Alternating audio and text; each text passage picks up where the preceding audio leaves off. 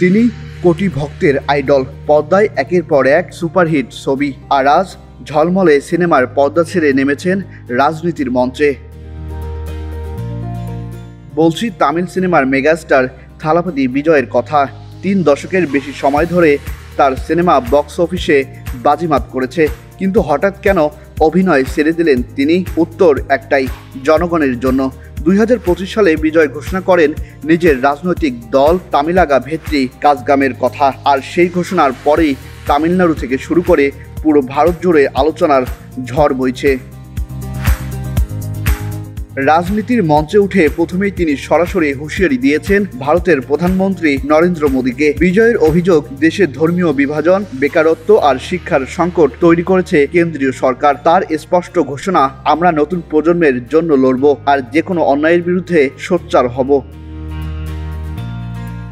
ভারতবর্ষের বাইরেও কোটি কোটি ভক্ত সামাজিক মাধ্যমে তার প্রতিটি পদক্ষেপ অনুসরণ করে। তামিলনাড়ুতে তার ভক্ত সংখ্যা প্রায় অপ্রতিরোধ্য। বলা হয় তার নাম ঘোষণার পরেই সমর্থন নিয়ে তিনি একাই পাল্টে দিতে পারেন ভোটের সমীকরণ। তবুও প্রশ্ন থেকে যায়, এই রাজনীতিতে তার জনপ্রিয়তা কতটা কাজে লাগবে? তামিলনাড়ুর ইতিহাস বলছে সিনেমা তারকারাই রাজনীতির বড় নেতা হয়েছেন। মেগাস্টার MG রামচন্দ্রন পদ্মার নায়ক থেকে জনতার হিরো হয়ে 1977 সালে মুখ্যমন্ত্রী হন এবং দীর্ঘ 1 দশক তামিলনাড়ু শাসন করে দাপিয়ে বেরিয়েছেন। তার মৃত্যুর পর সহ অভিনেত্রী জয়ললিতা রাজনীতির মঞ্চে উঠে আসেন। 1991 সালে প্রথম মুখ্যমন্ত্রী হন এবং বহুবার ক্ষমতায় আসেন। তাদের সিনেমার জনপ্রিয়তা জনগণের আস্থার ভিত্তি গড়ে দেয়, যা প্রমাণ করে তামিলনাড়ুতে সিনেমা ও রাজনীতির সম্পর্ক গভীরভাবে জড়িত।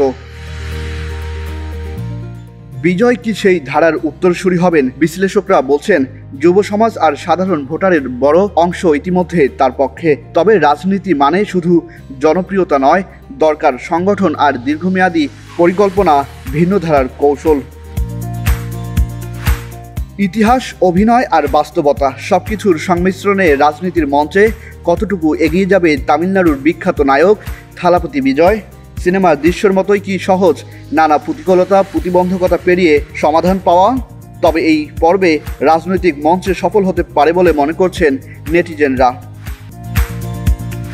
Ahsan Sakib, news plus 71।